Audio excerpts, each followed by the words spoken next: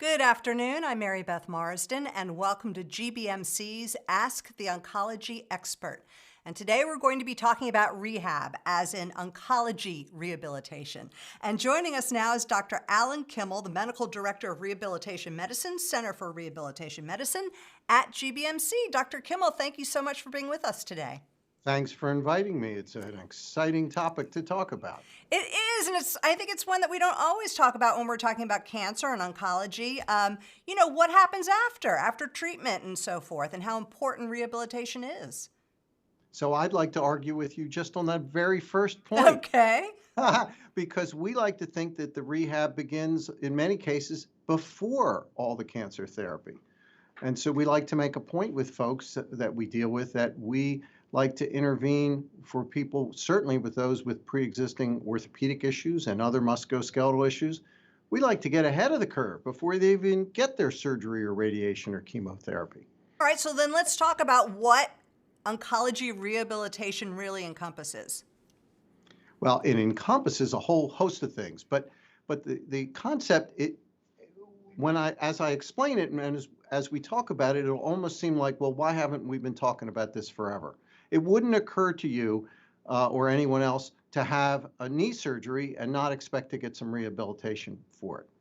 And it might not occur to that same person to get that leg stronger even before they had the surgery. Well, the same thing applies to the cancer patient. What those folks have to go through is difficult. And it's difficult on multiple levels. It's difficult physically, it's difficult emotionally, it's difficult logistically with their work and their life plans. And all this chemo and radiation and surgery creates not only physical complications, side effects, fear, immobility, and we want to try to minimize all that as much as we can. So rehab for the cancer patient is at least, if not more important than it is for the obvious one in the orthopedic patient. So it seems to me, just listening to you talk right now, that when you look at an individual patient, and I know each case is a little bit different from the next, time is a big question, because sometimes time is of the essence. A surgery is required ASAP, but you would like to see some rehab happen before that for a better outcome, so you're weighing that out constantly. So, I can only take that orthopedic metaphor so far. If you have an elective procedure you're going to have done to get a knee replacement, you have all the time in the world to prepare and plan. But when you're having a cancer diagnosis, time can be of the essence, and it's important for us to work with the process we're dealt with. So in some situations, we can deal with it ahead of time. In many situations, we can't, and we have to start where we find that particular patient. And some of those we find after surgery, after radiation, or partway through, and we deal with it where we can. And your initial point there was the most critical one, which is everybody's different. It's all individualized.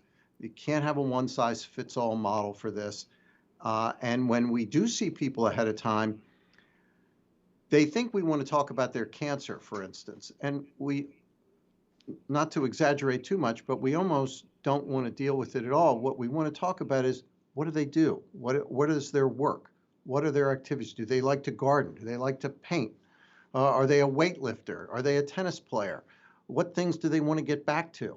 And those are the things we're really interested in. And what pre-existing orthopedic or musculoskeletal issues do they have? Chronic back pain or a shoulder problem? And we want to be able to zone in on those things. And those are specific musculoskeletal issues. That doesn't even address the often overwhelming piece for cancer patients, which is cancer-related fatigue, right? And these folks go through an awful lot, and anyone who's had a family member or a loved one who's been through this knows that during and immediately after this process, pain, fatigue, fear, anxiety, all those things play a key role. It's not just healing of the incision. Just hearing you talk in that moment, I felt if I were a cancer patient or just newly diagnosed, let's say, I would feel almost immediate relief having you ask me about what is important in my life and who am I. because I've been so focused on this thing that is now happening. And what a great starting off point. So when we talk to the senior people in the cancer world, not just at GBMC, but across the country, there is the conundrum and the irony that a patient and their family who is initially faced with a cancer diagnosis, so much is thrown at them so fast, right? The diagnosis, the surgery options, the chemo options, all the different pieces. What are they going to do with their kids and their work and their this and their that? So it's not that rehab is unimportant. Obviously, I think it's very important, but it's not the first thing people want to talk about, right? And so we have to know when's the right time to begin those conversations. It's not necessarily at the beginning. They have bigger fish to fry in terms of addressing that cancer. And so we can't always line things up in the exact nice order we'd like to have it. We have to deal with it as it comes, and the emotional issues and the logistical issues and the checklists of things people need to address. We deal with it as it comes. So, Dr. Kimmel, as you know, there are a number of people joining us right now live, and a number of them have submitted questions ahead of time. And I want to make sure that we cover everyone's question because they really want to hear the answer to it. So I'm just going to kind of start going down the list, and that may lead us in different directions, but Sure. we'll try and stay the course as much as possible. We talked about why you feel rehab is so important for cancer patients. You touched on that. But we also talked about timing a little bit, and you said it sometimes has to vary, but someone did ask, when should a cancer patient come in for an evaluation?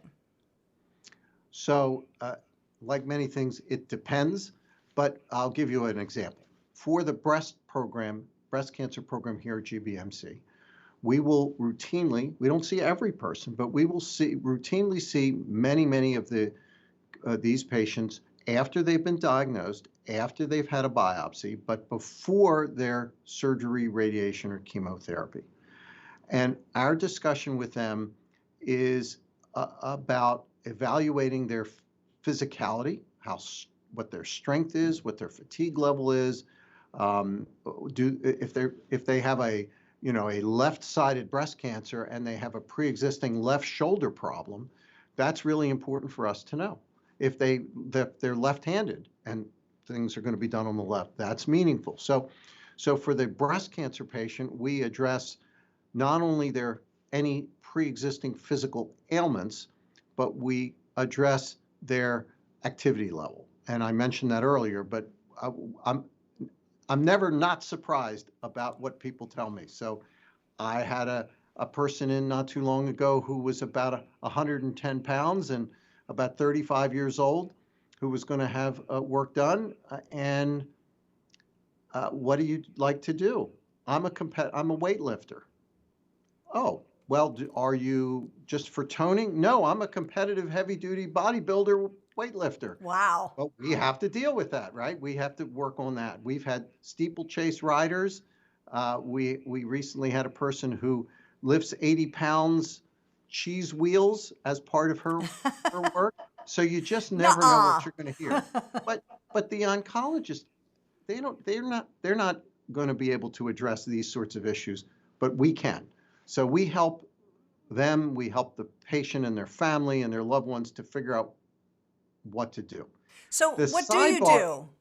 So the sidebar of all that, by the way, is we're talking to them about what happens when cancer is over. Really, that's the subtext of all this. Cancer will be over. We will deal with it. We will move on, right? And the rest of your life will resume. And we expect that. We plan for that. And so that subtext is really important to the notion that this bomb that is blown up in your life will get cleaned up, will get addressed, and you're going to move ahead. And we want to be there to help you get there. But in some cases, does your evaluation affect the course of treatment?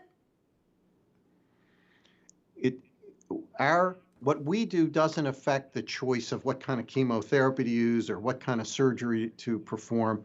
That's not our lane, but it certainly can affect their recovery in a big way, right? The people who are on their feet quicker get better faster. People who are who are on a path, even if they're not there right away, if they're on a path toward recovery of their activity levels, just the pure emotional component alone, knowing there's a path to the best me I can be after all this is done. And so, yeah, we think it has a big impact on their recovery, but we don't try to influence, the type of therapy for the cancer. Can therapy overlap, let's say, chemotherapy? Can Oh, rehabilitation? absolutely. Okay. So typically, for instance, if we see a patient prior to a surgical procedure or whatever comes first, radiation perhaps, we might see them once, and then we'll plan to see them about 3 weeks after their surgery, and then at about 3 months after their surgery, to talk about where they are and where we can intervene. Um, it's also important to recognize that though some of it is about what we do, most of it is about what they'll do, right? We want to encourage them to be active. We want to encourage them to do range of motion exercises that are appropriate for their post-op condition, right? The surgeon will dictate how much they're allowed to do in those first days and week or two. But after that, we want them to start to resume activities, and we want to help them with a plan as to what to do. It's our therapists who work in our center are physical therapists and occupational therapists, but the extended program extends out to speech therapy, respiratory therapy, and all the other components of cancer-related care. But we want to create almost like a personal trainer would for an athlete. We want to encourage a personalized program for them to get back as close as possible to where they were. Someone wants to know if there are certain types of cancer or certain types of patients who benefit the most from rehab.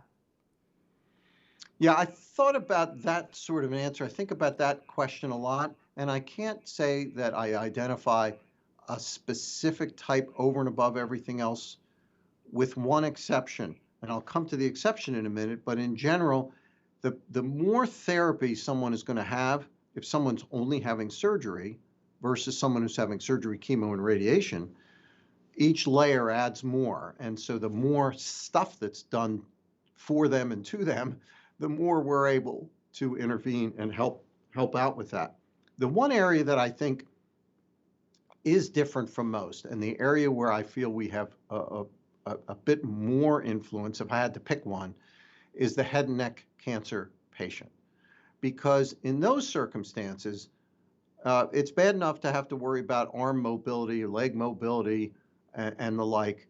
But these folks have the additional burden of having to, at times, concern themselves about breathing and swallowing. And so these are issues that are at an even higher level. So those folks do very well. And so if I could only pick one, those are the folks who I think get the absolute most benefit from this sort of intervention.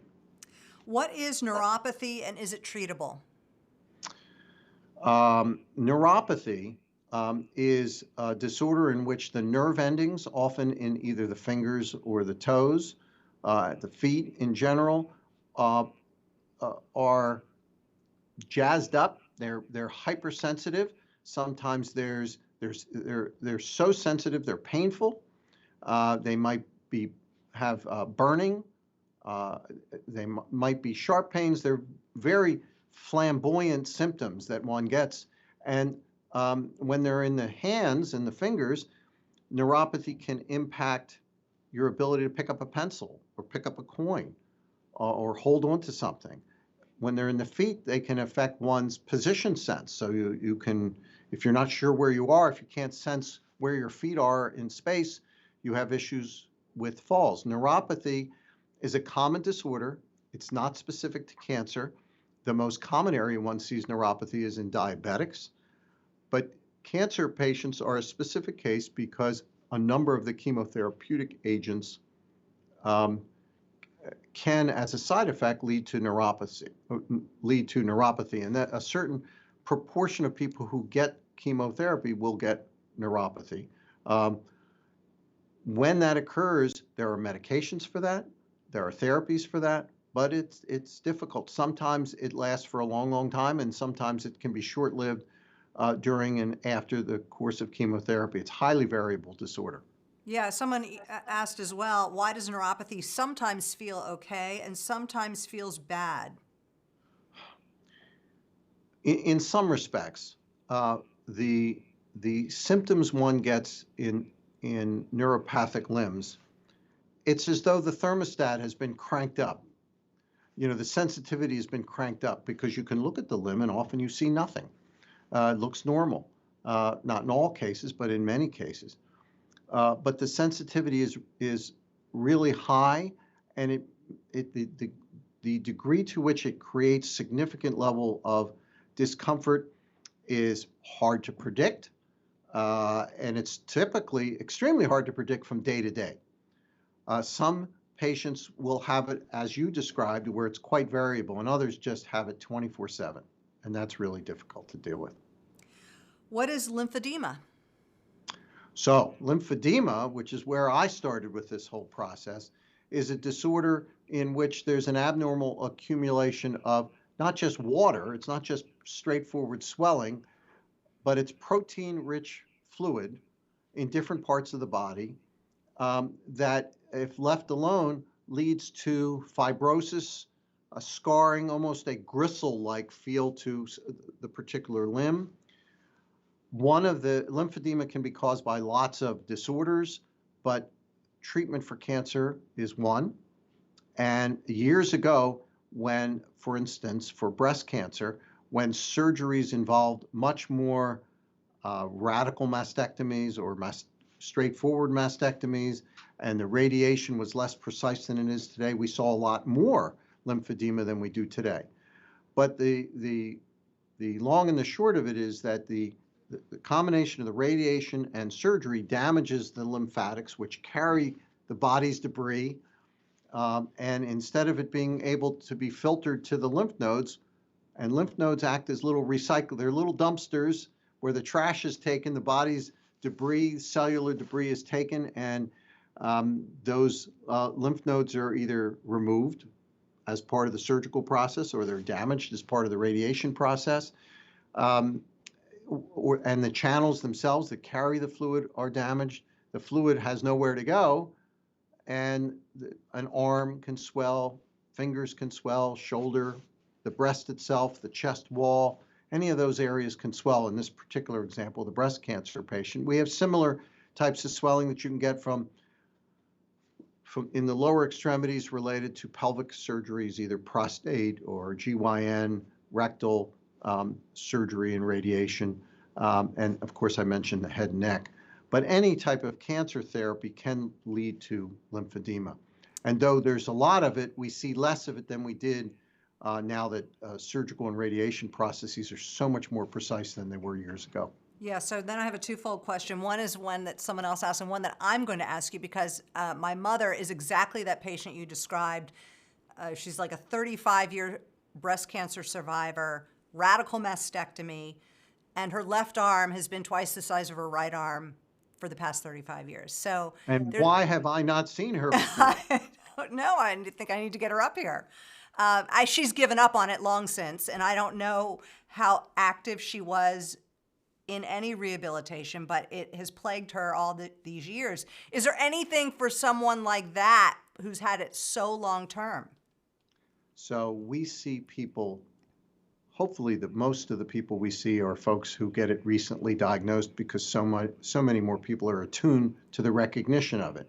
And we feel like we're on a mission to make patients aware that if after the surgical process, the radiation process, I don't mean in the first week or two, but months go by and that blouse doesn't fit right. The ring is too tight. The bracelet no longer fits, or they can't reach up with that arm anymore like they used to. And we want to capture that stuff early.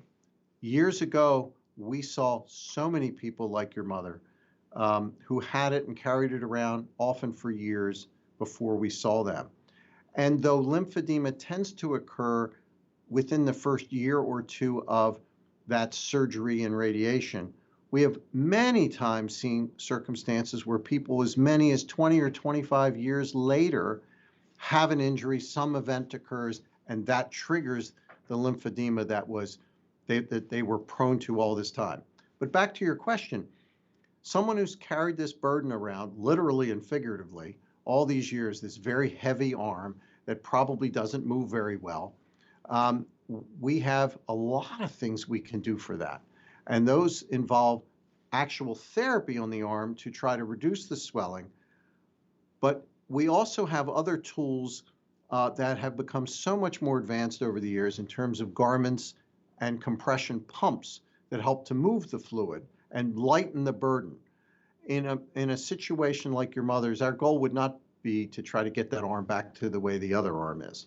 But we would like to take enough pressure off of that to make it easier for her to be more mobile with that arm and to make her risk of infections and wounds in that heavy, dense arm greatly reduced. And does this involve physical therapy, occupational therapy? It involves lymphedema therapy. Okay, it's The completely term is different.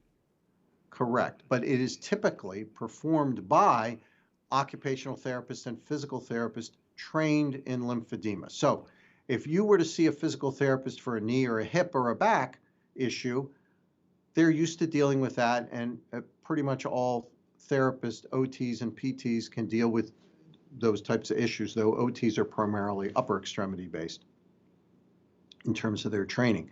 But lymphedema is a separate type of training. It's like a specialty area for one of those therapists.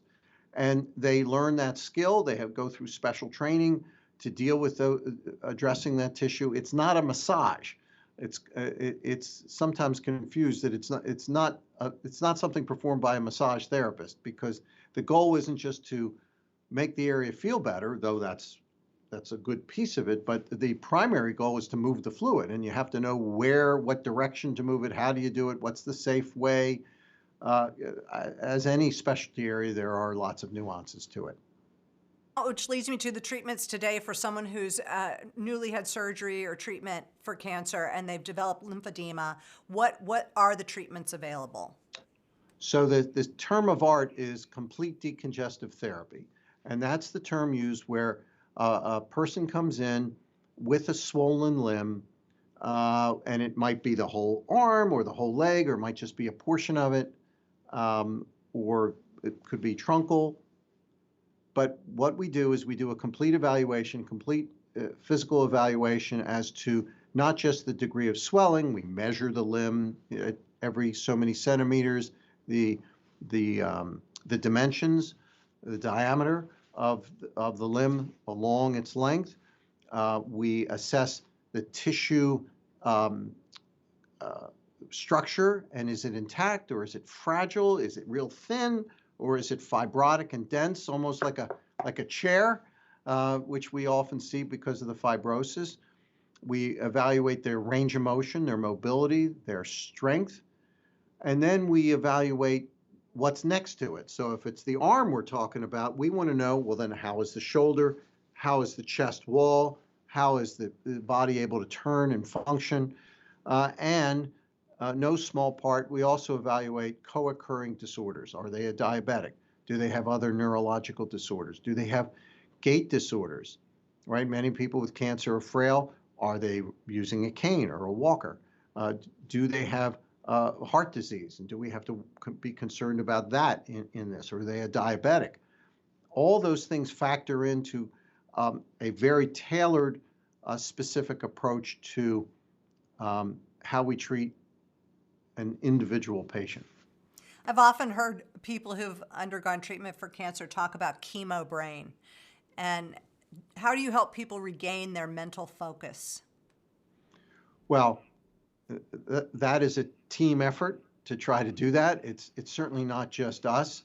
When we see folks who have what you're calling chemo brain, and I'll extend that to not just the side effects of chemo, but many people have a downturn in their emotional state, right? Their intellectual state, and in many circumstances, that's very temporary, right? And it's because of the circumstances and what they've been through and the stresses and strains that their body has gone through.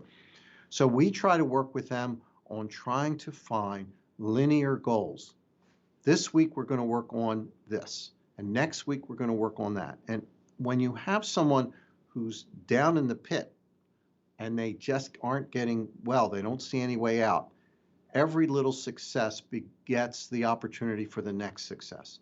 So from our perspective, working on improving a little piece of mobility, improving a little piece of other activity abilities, because it's not just about mobility, it's what you're able to do with that mobility. Can you go up the steps?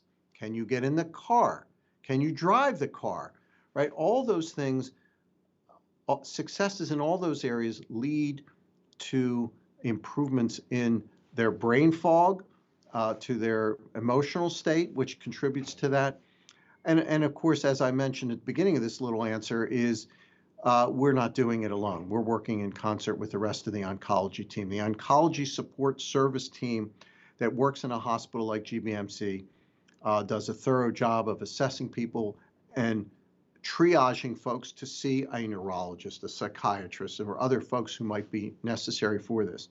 But again, I want to emphasize that working toward wellness often helps alleviate some of the depression, the fog, the organic inability to get to functionality. And so that's where we focus.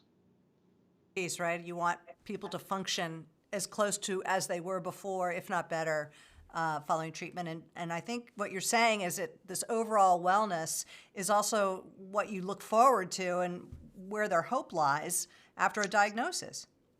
Well, another way to put that is that people want to see a light at the end of the tunnel in terms of their cancer, right? That's job one, right? That's the first thing they're thinking about. They want to recover and survive the cancer.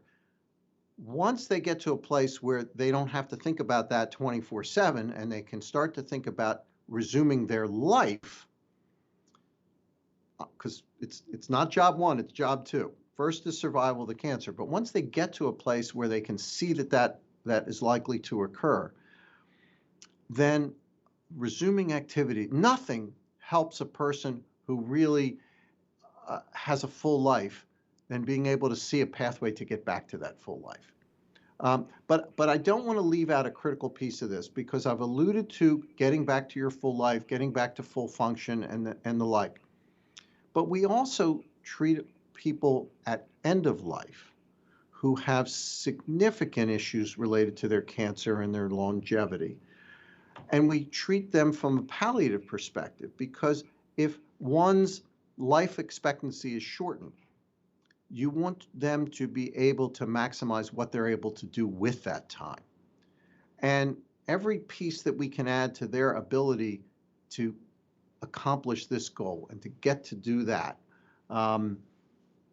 is more compressed and more meaningful to them. So though we do, our focus is on addressing issues that are getting people back to work and able to do things with their children and the like, we also have a focus on the patient who doesn't have that full expectation, but still would like to accomplish things with what they have left. So there's a lot of what we do that can be palliative and very highly supportive for folks who are in that set of circumstances. Well, thank you so much. I mean, just listening to you talk, I can tell why what you do is so meaningful to others, but also to yourself. And so I'm glad that you're there, and thank you for joining us today, Dr. Alan Kimmel, the Medical Director of Rehabilitation Medicine at the Center for Rehabilitation Medicine at GBMC. A pleasure. Thank you. I enjoyed it. Pleasure talking to you.